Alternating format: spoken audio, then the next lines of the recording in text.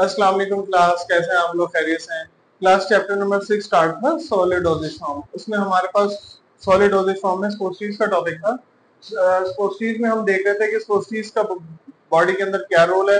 ऑरल absorption के अलावा ये बॉडी ऑरिफिसेस के थ्रू बॉडी के अंदर दाखिल होती है। ठीक है, इसके अलावा ये बॉडी में मेल्ट होने के बाद फिर इसका जो मेडिकेमेंट है वो रिलीज होता है। जैसे ही ये रिलीज होता है तो वो आपका जो इफेक्ट है सिस्टेमिक या लोकल इफेक्ट जो है आपको मिल जाता है। यानी कि डेफिनेट सी बात है, हमने इससे अपना थेरेपेटिक डिजायर जो है वो अपनी रिक्वायरमेंट जो है वो पूरी करें। अच्छा, इसमें ना हम स्पोर्ट्स बेसिस पर डिस्कस कर रहे थे। हमारा प्रीवियस लेक्चर थोड़ा सा तो रहता था, उसमें हमारे पास ना इसकी सेकंड टाइप रहती थी, वाटर मिसिबल बेसिस।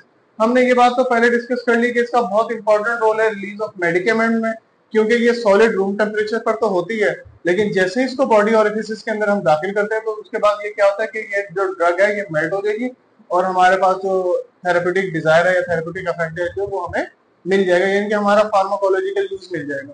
हमारे पास कुछ बेसिस थी, थियोब्रोम ऑयल था, कोको बटर था, ग्लिसरीन, ग्लिसरोजेलेटिन बेसिस और पॉलीथाइलिन ग्लाइकोल। हमने थियोब्रोम ऑयल को फैटी बेसिस में या फैटी स्पोस्टीज में या ओलेजिनियस बेसिस में हमने डिस्कस कर लिया। अब हमारे पास जो है वाटर मिसिबल बेसिस है।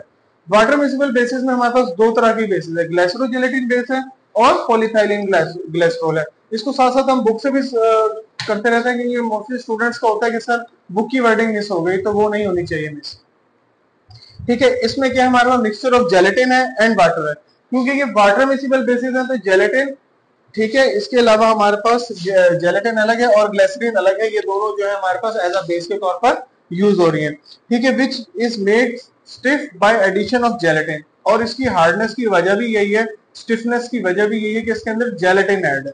The base being hydrophilic slowly absorbing aqueous secretions. ठीक है, इसके अलावा जो इसकी बेस है वो मोस्टली हाइड्रोफिलिक है, क्योंकि हम वाटर मिसिबल बेस पढ़ रहे हैं तो वाटर की एडिशन ज्यादा है। ठीक है, एंड स्लो रिलीज ऑफ मेडिकेमेंट, इसी वजह से इसकी जो मेडिकेमेंट या मेडिसिन का रिलीज है वो भी स्लो है। It may be use for all type of suppositories, particularly vaginal suppositories. वो जो हमने ओलिजिनियस बेसिस वाली पढ़ी थी वो थी रेक्टल स्पोस्ट्रीज के लिए, और ये जो हमारे पास वाटर है इनको क्या कह रहा है, वो जो पोली अपने ग्लाइसरोजेलेटिन बेस है, इसमें ग्लिसरीन और जेलेटिन का कॉम्बिनेशन है, इसमें वो ये बात कर रहा है कि इसकी वाटर मिसिबल बेस है, इसलिए ये वेजाइनल स्पोस्ट्रीज के तौर पर ज्यादा यूज की जा रही है।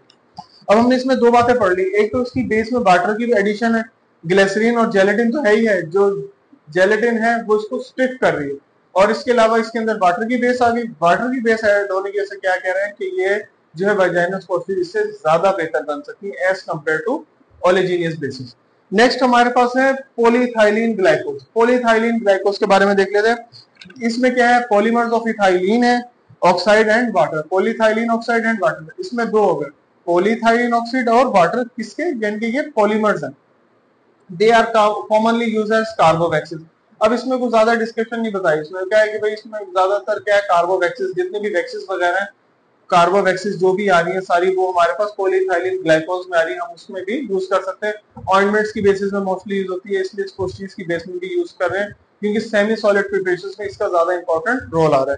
ठीक है, they do not melt but dissolve in body fluid. इसके अलावा ये क्या कह रहे हैं कि ये वैसे तो मेल्ट नहीं होती, क्यों, क्योंकि कार्बोवैक्सिस है, ये थोड़ी हार्डनेस रहती है, करीम्स वगैरह में भी यूज हो रही है, तो इसलिए ये कह रहे हैं कि जितने भी ये करीम्स हैं या ऑइंटमेंट्स हैं इसमें यूज की जा रही है, इसलिए ये जो है रूम टेम्परेचर के ऊपर मेल्ट नहीं होती। लेकिन हम जो भी स्पोस्ट्री बनाते हैं उसका मकसद ये होता है कि वो रूम टेम्परेचर पे तो ना हो, लेकिन जैसे ही वो बॉडी टेम्परेचर के साथ मीट करे वो अपना मेडिकेमेंट रिलीज कर दे। तो इसके अलावा क्या है, एंड रिलीज द मेडिकेमेंट, लेकिन ये बॉडी टेम्परेचर के साथ तो नहीं हो रही, बट जैसे ही आपने इसको बॉडी के अंदर इंट्रोड्यूस किया ये इसने अपना मेडिकेमेंट को रिलीज कर दिया। क्लास तो क्लास ये हमारे पास इसकी स्पोस्ट्रीज की, हमने सबसे पहले तो स्पोस्ट्रीज को डिस्कस कर लिया डेफिनेशन के पॉइंट ऑफ व्यू से, फिर इसकी कुछ कैरेक्टरिस्टिक्स देख ली। कल हमने स्पोस्ट्रीज को क्लासिफाई कर ली उसकी टाइप्स की बेस पर, और आज हमारे पास जिसका लास्ट टॉपिक था वो स्पोस्ट्रीज की बेसिस था। तो बेसिस में भी हमारे पास दो चीजें थी, एक हमने कल के लेक्चर में डिस्कस की थी वो थी ओलिजिनियस बेस, और आज हमारे पास ओलिजिनियस से मराद ऑयली नेचर वाली बेस हो गई, और दूसरे नंबर पर थी हमारे पास water miscible base. Water miscible base में हमने दो चीजों को डिस्कस कर लिया, glycerogelatin base and polyethylene glycol. तो क्लास ये हमारे पास जो स्पोर्ट्स का टॉपिक है वो एंड हो गया। आई होप आप लोगों को अच्छे से समझ आ गया हो।